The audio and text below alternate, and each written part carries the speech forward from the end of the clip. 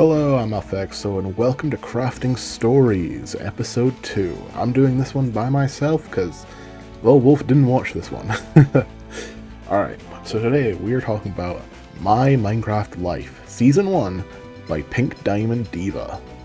Or, now, just Pink. So, first of all, I want to give a little backstory on, why am I doing this one?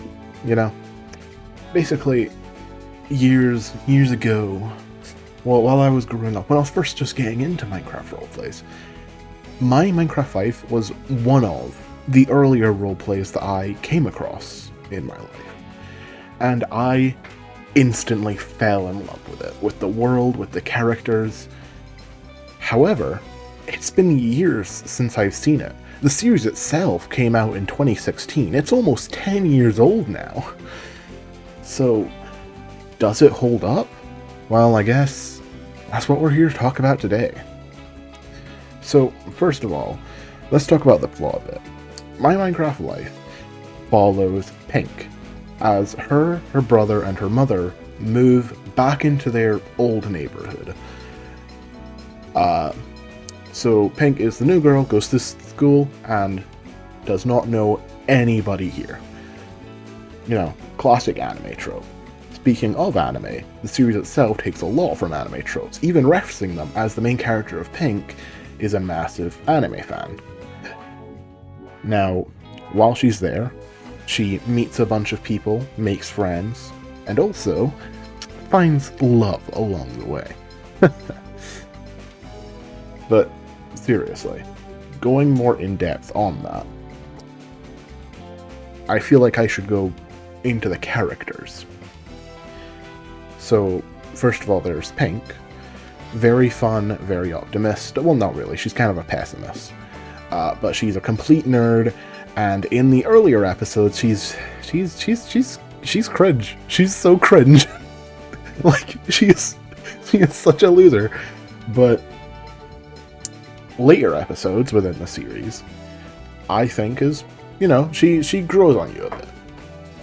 Which I'm gonna say for a few of these, but we'll get there. She is more of the straight man of the group, which makes a lot of sense. However, she can also have her big reactions, be lazy, and this and that. As a protagonist, I think she works pretty well. She has her moments. The only real issue with her as a protagonist is just, at times, she can feel a bit...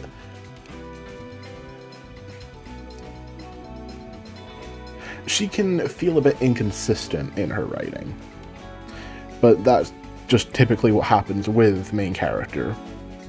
Like, main characters that tend to be based on the person that made the series. Because if someone has a really funny gag, they'll want to do it with their character, even if it doesn't necessarily make a lot of sense with the rest of the series. But even then, that's not the case for most of this. Pink is pretty consistent throughout, and it's pretty fun. I do really enjoy it. Then, there's Jacob, the love interest. Jacob. Let me tell you, Jacob was my favorite character from my Minecraft life. Genuinely. No cap. For real. Jacob was my favorite. Mainly, because he had brown hair like me. Is that true? Kinda, yeah. Now, he is the primary love interest to Pink within my Minecraft life. And what happens in the series? Well, when Pink gets to school, she meets a lot of people, including Jacob, who instantly starts flirting with her. Which, you know, that's one thing. Yes, classic trope, the flirty guy. Right? That would be fine. But then when Pink starts to have some form of a romantic interest in someone else, he starts talking about her like she's property. In the early episodes, for some reason, Jacob's kind of a big creep. He's constantly, trying to do advancements, and as soon as Pink shows interest to anyone else, he starts going off, despite the fact that Pink has told him multiple times that she's not interested. Along with that, the writing when it comes to Jacob is very inconsistent. Not that Jacob himself is inconsistent, but the characters around him describe him, not the way he acts. Like, Pink brings up to her friend, "Hey, Jacob confessed to me," and they're like, "Oh, our Jacob? He would never." And things like that. They keep talking about Jacob like he's this different person, when we've seen how he is. We've seen how incredibly attached to Pink he's gotten. So it feels really weird to say, oh no, that doesn't make sense for him to, like, confess his feelings for Pink, when, yeah, it does. Like, it was very obvious from the start. Luckily, though, Jacob grows, like every character does. And when Pink and Jacob go to the dance together, it shifts their dynamic. It's no longer him pining and her unsure. It's now them both having more of a mutual relationship, but they keep it casual. And that is peak Jacob. Jacob is very funny in the episodes post the prom. He gets pushed into a lion pit, and that's funny. But seriously though, he's very entertaining. I very much enjoy Jacob as a character. He starts to chill out a lot more and becomes kind of just like this goofy, awkward guy who is able to be on Pink's level at times when it comes to sass. So, you know, that's great. But there's next character I mentioned earlier, Pink's brother, also known as Patrick. He moved to the neighborhood with Pink, but to him it's not new. He used to live there, where he had this old flame. Patrick as a character doesn't have much going for him. I'll be honest. He's very surface level in season 1. And yes, I am judging all of this on season 1. Alright? So I'm not bringing up anything for future seasons. Now, yeah, Patrick, he's very surface level. He, you know, has banter with Pink. He doesn't like the concept of her dating, but like he's not like obsessed about it. He just like kind of went ew when it happened. He's said to be shy, but we never really see that. He's always pretty confident when he talks to Pink. He's only ever shy whenever he talks to his crush, but that's not necessarily the case, you know? However, he does have one of the best moments in the show.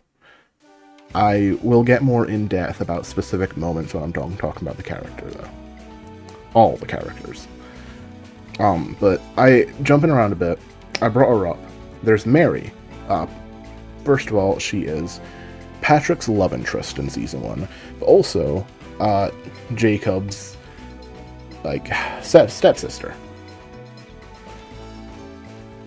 She is older than the rest of the cast, but only by a single year. She also is very interesting, because at the start of the series she's kind of basic. She's just like, oh yeah, this is the girl that Patrick has a thing for. But then she starts actually becoming friends with Pink and Pink's friend, who we've not gone to yet. And it's pretty interesting. She becomes a lot more of her own character. She starts acting almost like the caretaker to them whenever there's no adults around, which I think is really interesting, because, you know, in friend groups you do typically have someone who takes on that role. So to see that represented, I thought was really well done. My issue with Mary is when she started hanging out with Pink and, I'll just say Emma, Pink's friend. When she started hanging out with Pink and Emma, it kind of felt forced. Not them hanging out, but Mary's characterization. Their first, like, proper conversation of just the three of them hanging out is, Mary, you're a tomboy. And it's like, what? No, I'm not. Just because I do a bunch of sports doesn't make me a tomboy. Do you wear makeup? Okay, fair. Like, you know, and like that would be its own thing, but like that's the first real bit of characterization Mary ever gets. We never see her doing any sports ever, and there's no way to tell if she wears makeup because Minecraft, so it feels very out of nowhere when this happens. you know? Just a thing I noticed. But other than that, I do really like her. Her connection with Jacob is alright, but we never really get to see them interact too much as siblings this season, which is disappointing. I'm gonna hope when I eventually, maybe, review the future seasons, we get a bit more of that, but I wouldn't know.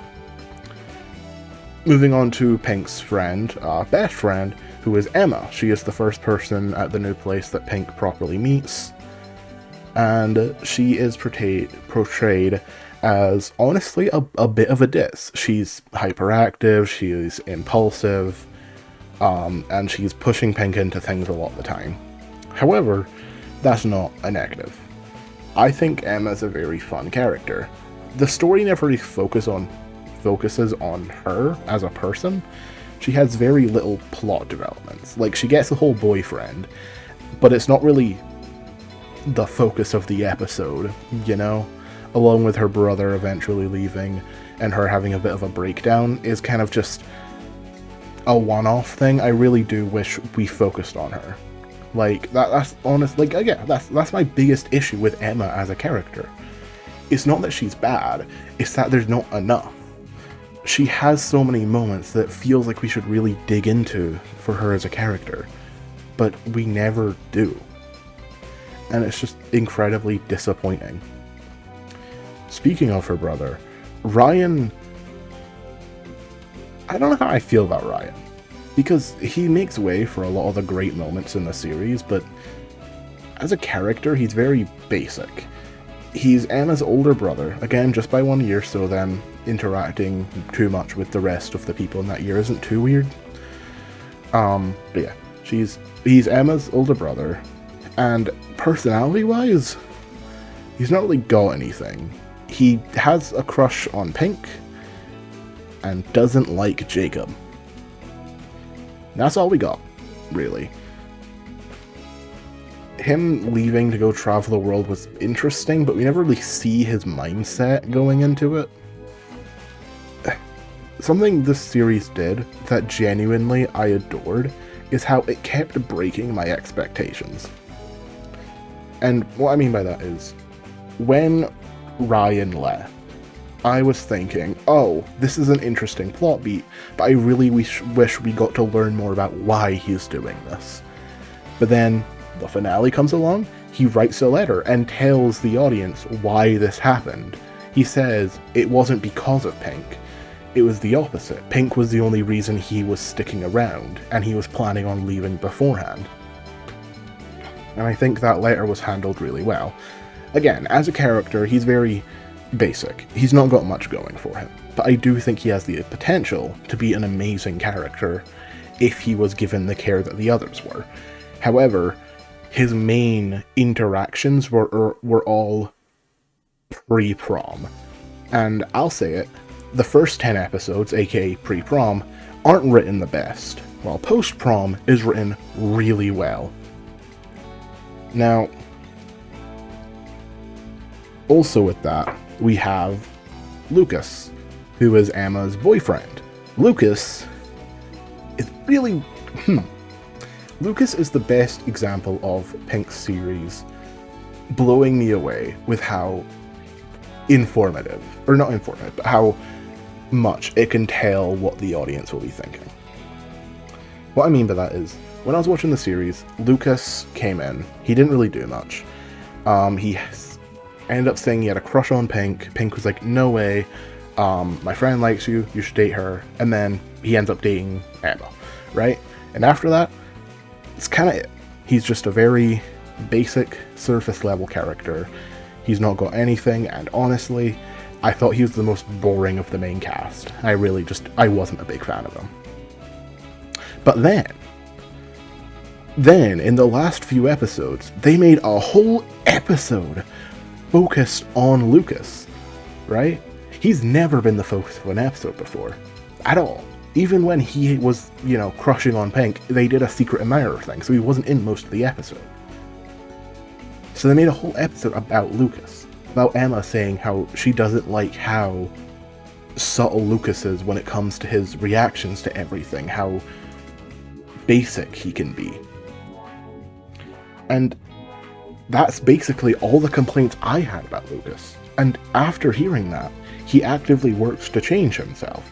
He goes a bit overboard, and Emma doesn't like it, of course, but it's very clear in the episodes after that. He has a lot more personality to him. He's the person that Jacob goes to for advice. However, he does also like messing with Jacob a bit. He can be sarcastic, and also just...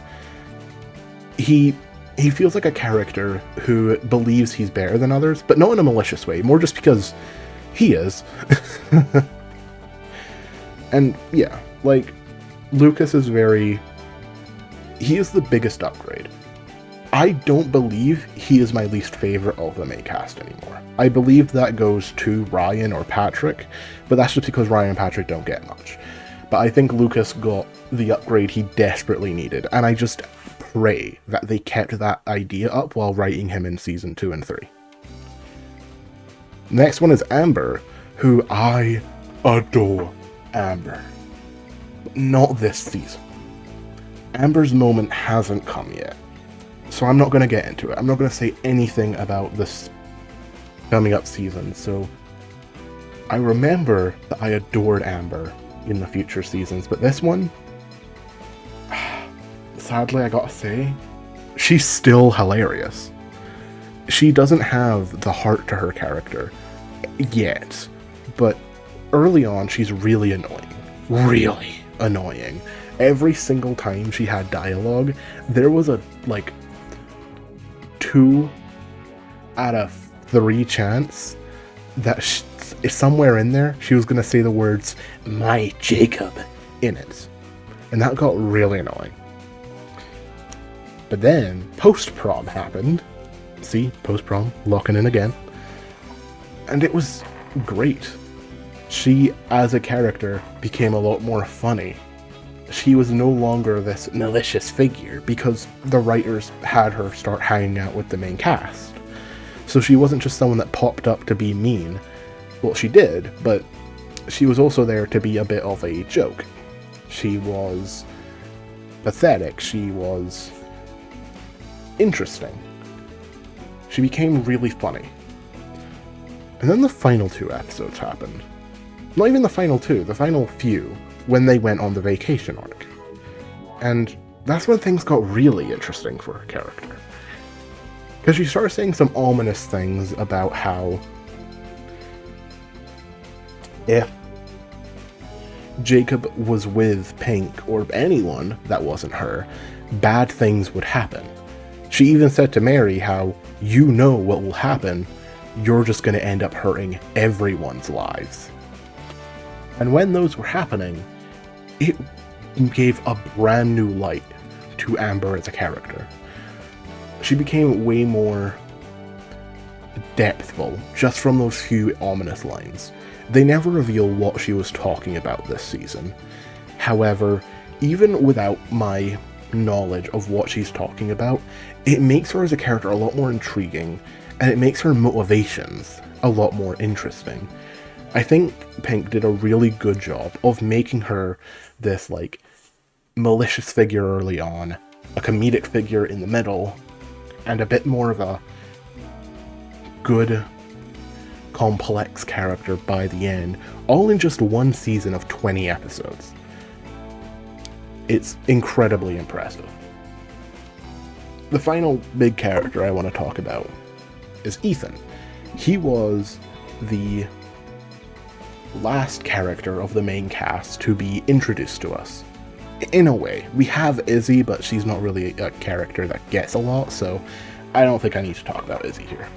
Ethan, though, I was nervous about the introduction of Ethan, because I remember, with me being a Jacob fan, I wasn't really vibing with Ethan, because it's kind of here, but it's mainly in future seasons, but Ethan's meant to work as the second option when you talk about love interests, right? He's the secondary love interest, but he's introduced incredibly late into the season. He doesn't appear at first until, I believe, episode 12. So it makes things, you'd think it would make it harder to connect to him. However, they do it really well and naturally. they don't have him just go up to Pink randomly. You have Pink be brought to him because they have to work together on the school play. You don't have his connection to Pink be incredibly surface level. Yes, he still ends up like calling her face pretty at times, but other than that, they find a genuine connection. They both end up really enjoying anime, and it's a connection that they have that no other character really has with Pink except for her mother. They even have moments where Pink will reference an anime and Ethan will just be laughing at it in the background because he's the only one that really gets it. And that's great. I genuinely loved these little moments. Ethan, I think, was handled perfectly. He was not a character that was made to be a conflict. He's not a character that was made to have a massive arc. He was more just, at least in Season 1, I'm talking about Season 1, I know he gets stuff later. In Season 1, he was just there to be integrated into the group, and I think he does so seamlessly. He sticks out from the group, but not in a bad way, more just in a way that makes him more memorable than other members.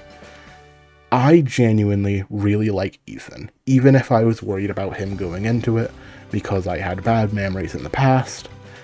I think he was very well written. Now we get into more specifics about the series. You know, like we talked about the characters, but there's a lot of really good moments. Now, first, let's talk about pre-prom. We have a lot of interesting moments where, you know, Emma's trying to set up Pink with Ryan while Jacob's still pursuing her, and it's not good. It's really, really bad. Yeah, no, it's not great. I apologize, it's just not. However, after which, we do have the whole prom arc. And it's fine, there's nothing too crazy. And post-prom is where it completely locks in. Pink learns that Ryan is planning on leaving and not telling anyone. So, after Ryan, Patrick, and Mary graduate, she chases him down at the airport. She screams at him to please just stay. But he doesn't listen, and he gets on the plane anyway. While going back home, she hears Patrick, her brother, who's been here throughout all of this. Remember, every other character here is someone that Pink barely knows. So, when she goes home and overhears her brother Patrick planning to leave to go to college and not tell anyone else about it, she's heartbroken. And especially since she wasn't told by Patrick. She overheard him yelling at Mary and telling Mary how they can't be together because he's not going to be here anymore. He's leaving. And well, God, that scene really was amazingly done. They have Pink going to Mary, saying how she doesn't want anyone else to leave her. She already lost Ryan, and at this point doesn't know that he was already planning on leaving. She thinks she's the reason that Ryan left, because she didn't end up dating him, and now she's having to deal with her brother leaving, and it's heavy. I really wish this arc got more focus. After this happens, we have a few scenes with Pink reminiscing about her father who passed away, and I think that's alright done. It's not as impactful as the other stuff that just happened, but it's fine. But then we have the vacation arc where it's more just silly stuff for a bit, until we get to Jacob and Pink properly going on a date together. Something I do really like is how seamless the vacation arc was done. The first episode was them first getting there. The next episode, they go to the beach at the vacation. There, Jacob disappears and he ends up going on a walk to think, but he doesn't tell anyone, so everyone's panicking and worrying. And that's where Pink and Amber have a fight. Amber says some ominous stuff, and Pink ends up genuinely upset. And that's where she fully realizes that she has feelings for Jacob. She knew somewhat that something was between her and Jacob when the prom happened, but she didn't know to what extent until now. But the reason why the episodes flow into each other so well is because in that episode we see that Izzy is at the beach for the weekend, or at, the vacation for a weekend. The very next episode is Pink trying to set up Izzy with Ethan. The episode after that, we have an Emma and Lucas one. That one doesn't flow into each other like the other ones have. But at the end of the episode is when Jacob brings up how Pink has been doing very nice things for a lot of people. Not only talking about how she was there to help Lucas and Emma, but also her setting up Ethan. And it causes Jacob to ask her on a date, to which the next episode is. It's really woven together greatly. It's shown that a lot of care was put into the series by the time they got to this point. The date itself is interesting. I already mentioned all the ominous stuff that Amber said and how I'm a genuine big fan of it, because it makes a lot of the actions within the series feel more intentional. Not only Amber as a character feeling more complete, but also the fact that Jacob has been pining after Pink this whole time, but something that's brought attention to after this is he never properly asked her out until now. And even after they did, they had a great time and they kissed, he didn't ask her to be his girlfriend. And I enjoy that, having a lot of attention brought to it. But then we have an amazing scene in the finale, where the entire Patrick arc blows up. Patrick is planning of leaving in the middle of the night without telling anyone, but he's stopped at the door by Pink, where Pink tells him how he's awful, how she hates him, and how when he gets back, he never wants to talk to him again for doing this to her. Not just her and her mom. She even goes to the extent of saying how their dad, who has passed away and clearly left a massive impact on their lives, would be ashamed of him. She does also admit that their father wouldn't condone her saying these things, but when he starts leaving, you have Pink begging him to stay. I think that was really well done, because situations like that can be hard. When someone you care about is leaving your life, it can really hurt. Of course you want the best for them, but you feel it's selfish for them to do this to you. You feel almost entitled to be mad at them, but in the end, that's not what she needed to say. That's not what she wanted to say. But it's very understandable why she did. So her begging him to stay, saying that she doesn't want anyone else to leave, especially after she just got the letter from Ryan, explaining everything that happened. It really shows Pink's character in a very, very amazing light. She's stubborn, she's angry, she's emotional, she's impulsive. But she cares deeply about those around her. She doesn't want to lose Patrick, not just like she lost Ryan, but very clearly like she lost her father, their father.